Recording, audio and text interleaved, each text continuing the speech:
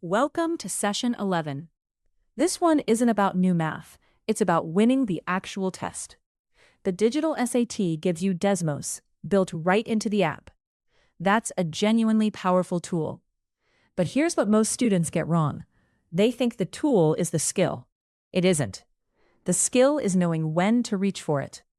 There are questions where Desmos gets you an answer in 10 seconds, and questions where it quietly wastes 90 seconds and then hands you a wrong answer. Today, we build the decision rule. First, know your 3 Desmos workflows, because they're not interchangeable. Workflow 1, the graph workflow. Type both equations on separate lines, and click where they cross. Desmos gives you the intersection coordinates.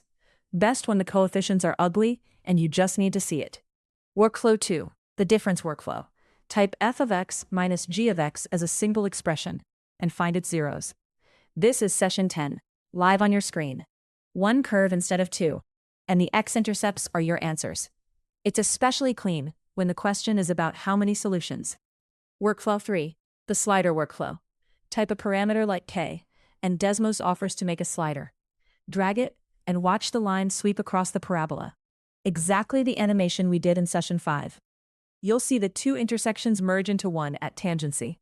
That's for understanding, but be careful with it, and I'll show you why in a moment. Now, the decision rule. Use algebra. Don't touch the graph in these situations. First, when the question asks for a sum or product of roots, Vieta gives it to you instantly from the coefficients. Graphing means finding 2 intersections, reading 2 decimals, and adding them. Slower and less accurate. Second, when the question asks for an exact parameter value, a slider can show you roughly where tangency happens. It cannot prove the value.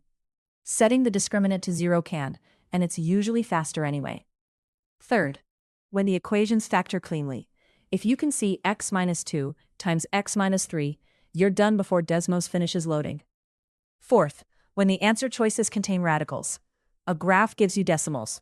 Decimals cannot match radicals without extra work, and that extra work is where you make errors. Now, flip it.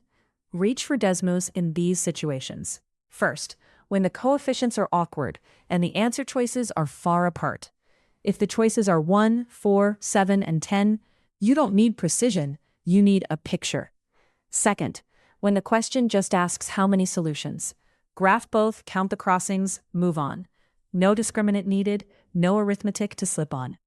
Third, when you want to verify an algebraic answer and you have time. This is the underrated one. If you finish with 30 seconds spare, a 5-second graph check can catch a sign error you'd never have found by rereading your own work. And fourth, when you're stuck. A picture often shows you what to do. It can reveal that the answer is no real solutions, or that a root you found is nowhere near the curve. There's a third method that isn't algebra or graphing, and students forget it exists. Test the answer choices. When the choices are points, like 2, 5, you don't have to solve anything. Just substitute. But there's one rule you cannot break. The point must satisfy both equations. This is where people lose the point. They check the first equation, it works, and they circle the answer. But a point on the parabola that isn't on the line is not a solution to the system. It's on one graph. It has to be on both. So substitute into both. And use the easier equation first, the line, because it'll eliminate wrong choices faster. If either equation fails, the choice is dead. Move on immediately. Now the trap I promised, and it's the biggest one on the digital test. Desmos reports an intersection at x equals 1.414. You look at your answer choices, and they are root 2, root 3, 2, and 3/2. Not a single decimal among them. So what is 1.414? It's root 2, of course. But here's the thing. You had to recognize that. Desmos will never tell you. It has no idea you wanted an exact answer. It's a graph. It speaks decimals. So build this reflex. When the choices are exact and your screen says decimal, square the decimal in your head. 1.414 squared is about 2. So it's root 2. 2.236 squared is about 5. So it's root 5. 1.732 squared is 3.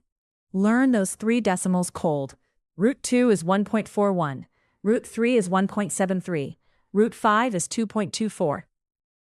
Let's do one from your practice set. It's a strategy question. The SAT asks these directly.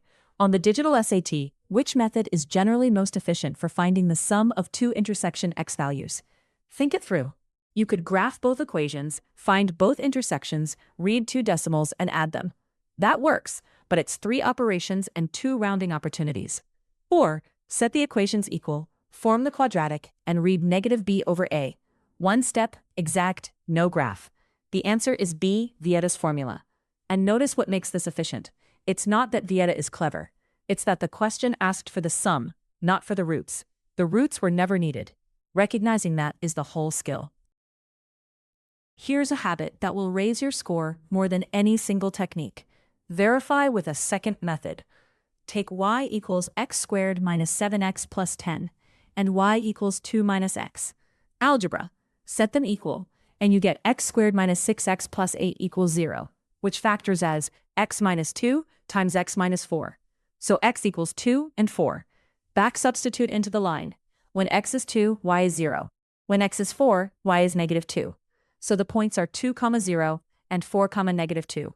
Now graph it. Do the crossings appear at x equals 2 and x equals 4? Yes. 2 independent methods agreeing is not wasted time. It's the difference between thinking you're right and knowing you're right. On a section where you have time left over, this is the best possible use of it. Let's recap the strategy. Algebra when the question wants a sum, a product, an exact parameter, or an exact radical, or when it factors on site. Desmos when the coefficients are ugly, the choices are far apart, you only need a count, or you want to verify. Test the choices when they're points, and check both equations, always. Never trust a rounded coordinate as an exact answer. If the choices are exact, square your decimal and recognize it, and decide your method in about 2 seconds. If algebra starts turning into a page of work, switch to the graph. If the graph gives you a decimal and you need exact, switch back. Being willing to switch is itself the skill. Excellent work on session 11. You now have a real decision procedure for the digital test, not just a pile of techniques. In session 12, our finale, we put everything together, a full mixed review, a test day protocol, and the error log that will make your practice actually pay off. See you there.